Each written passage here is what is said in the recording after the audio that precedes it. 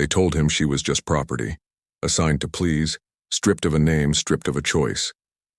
But when Corporal Daniel Stone looked into her trembling eyes, he didn't see a servant. He saw a prisoner of silence. And with one simple question, "What's your name?" he shattered the chains of a system older than the war itself. This is not just a story of survival. It's about the moment one human chose kindness over cruelty and changed the galaxy forever. If stories of humanity's courage and compassion inspire you, make sure to hit that like button. Subscribe for more powerful HFY tales where humanity proves what it means to be truly human.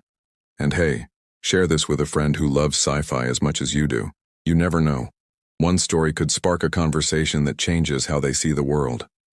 The door opened with a metallic groan, and the guard pushed her inside as though she were nothing more than discarded cargo. His grip was rough, his voice colder than the steel walls around them. "She's yours now, do what you want." Corporal Daniel Stone blinked in disbelief. He had seen cruelty before, on the battlefield, in shattered villages, in the eyes of dying comrades. But this was different. The girl who stood before him wasn't an enemy soldier or a prisoner of war. She was something else entirely. She didn't speak. She didn't cry. She just stood with her head lowered, shoulders trembling, her violet-gray skin marred by fresh bruises and raw red wrists from restraints that had bitten too deep. Her amber eyes, faintly glowing in the low light, flickered upward for just a moment, then dropped again, as if even eye contact might bring punishment. A heavy silence settled in the room, broken only by Daniel's low voice. "I didn't ask for this." The guard smirked with a shrug that reeked of indifference. "Doesn't matter. Local law. They assign them to human officers for peacekeeping and entertainment." He spat the last word like it meant nothing, like she meant nothing. Then, without waiting for an answer, he turned and walked out, the door slamming shut behind him. Daniel stood frozen, staring at the girl in the corner. She was tall, but her posture was small, collapsed inward, as though trying to fold herself into invisibility. A collar glinted at her neck, thick, metallic, cruel. He hated it instantly. The war had taken him to battlefields drenched in fire and blood. He had seen men lose limbs, comrades breathe their last. But somehow this moment, this silent transfer of another being's life into his hands, felt heavier than all of it. It was not the chaos of war.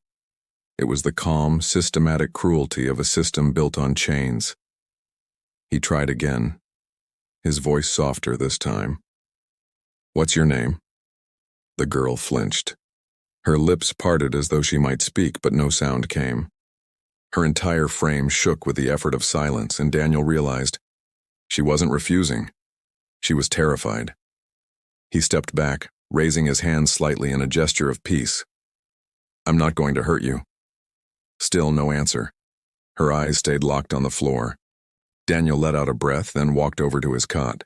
He pulled off the thin blanket and spread it carefully on the cold metal floor.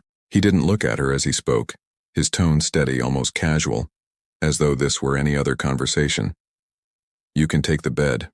I'll sleep down here."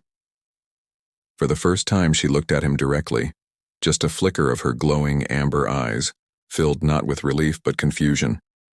It was as though the concept itself, someone offering her a bed, someone giving instead of taking, was foreign to her.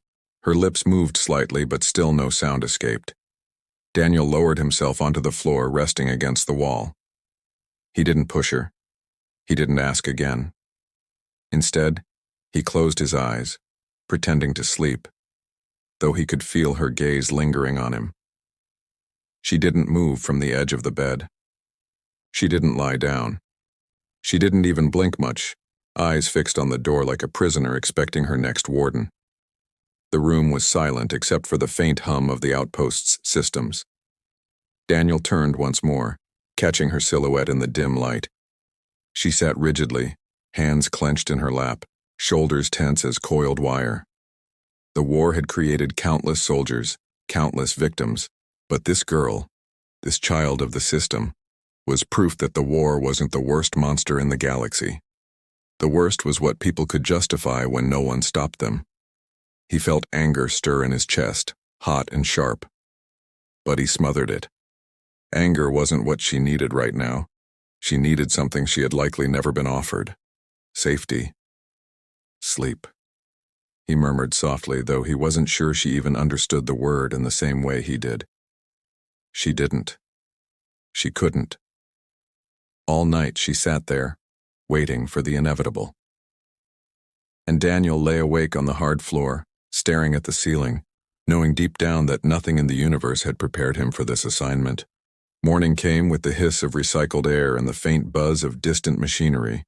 Daniel sat at the small table in his quarters, 2 plates of steaming rations placed between them. The smell wasn't appetizing. Standard-issue nutrient paste never was, but it was food. He pushed one plate gently toward her. "You hungry?" he asked. She moved slowly, her eyes still lowered. Her steps were measured, careful, like someone walking across broken glass. She sat across from him but didn't touch the food. Her hands stayed in her lap, fingers clenched together, as though waiting for permission. Daniel picked up his spoon and took a bite, exaggerating the motion so she could see it was safe. "I'm Daniel," he said casually, after swallowing. He thought maybe a simple introduction would break the wall of silence. For a long moment there was nothing. Then, barely above a whisper, she spoke. "I am not allowed to speak, unless asked." Daniel froze, the spoon halfway to his mouth. He set it down carefully, his jaw tightening. Then quietly but firmly he said, "I'm asking." Her amber eyes flickered up to him for the first time. Fear lived in them, but deeper than fear, he saw emptiness, a kind of hollow obedience carved into her very bones. "I was born in a holding station," she said, her voice barely audible, "trained to serve whoever claimed me." Daniel leaned back slowly, his chest heavy with rage he dared not show her. Claimed, trained, property, words that didn't belong to a person's life. "You're not a thing to be claimed," he said firmly. "You're not property." She lowered her gaze again. To her, those words were almost alien. No one had ever told her she wasn't an object. Later that day, Daniel filed a report. He explained that he didn't agree with the practice, requested reassignment for the girl. The reply came fast, impersonal, bureaucratic. Request denied. Property law in place. No further action permitted. He clenched his jaw. Property. That's what they called her. That night she stood by the window while Daniel read from his datapad. The stars beyond the glass seemed to mock the world inside. Vast, infinite freedom against the narrow cage of her life. Then suddenly her voice broke the silence. "Why did you not touch me?" Daniel looked up sharply, startled. "Because you're not mine to touch." Her brow furrowed. Confusion filled her face. "But I was assigned to your bed." "I know," he said quietly, his voice steady but edged with anger not directed at her. "But you're not here to be used. You're here because the world is broken, and I won't add to it." She stared at him for a long time. Then slowly she sat on the bed, not like a servant waiting for orders, but like someone who didn't know what to do with freedom. Daniel realized then that she wasn't afraid of him. She was afraid of what he might become, afraid of what every man before him had been. Days passed. She moved like a shadow, silent, obedient, careful. She never spoke unless asked, never ate unless invited. Every sound made her flinch. Every sudden movement tensed her shoulders. She was always ready for punishment that never came. One evening, Daniel returned from patrol to find her on her knees, scrubbing the floor with raw, reddened hands. "You don't have to do that," he said gently. She paused but didn't look at him. "If I do nothing, I am punished." "Not here," Daniel replied firmly. "Not ever." She stood slowly, uncertain. He took a breath. "I don't know what they taught you, but this isn't that kind of room, and I'm not that kind of man." At dinner she surprised him again. Her voice was hesitant, trembling, but curious. "Why do you not use me?" Daniel set his spoon down. His words were deliberate, unshaken. Because you're not a tool, you're someone. Her lips parted, and for a long moment she said nothing. Then she whispered, "No one has ever said that before." That night, when he offered her the bed again, she hesitated. "Where will you sleep?" "Same place as before," he said, pointing to the floor. She nodded slowly and sat on the bed, this time with less fear. As the lights dimmed, her voice floated softly through the dark. "I still wait for it." "For what?" Daniel asked quietly. "The pain," she whispered. Daniel lay in silence, staring at the ceiling. The war had taught him about blood, fire, and death. But tonight he learned something new. Sometimes the bravest fight wasn't on the battlefield. It was in choosing not to be cruel when the world expected it.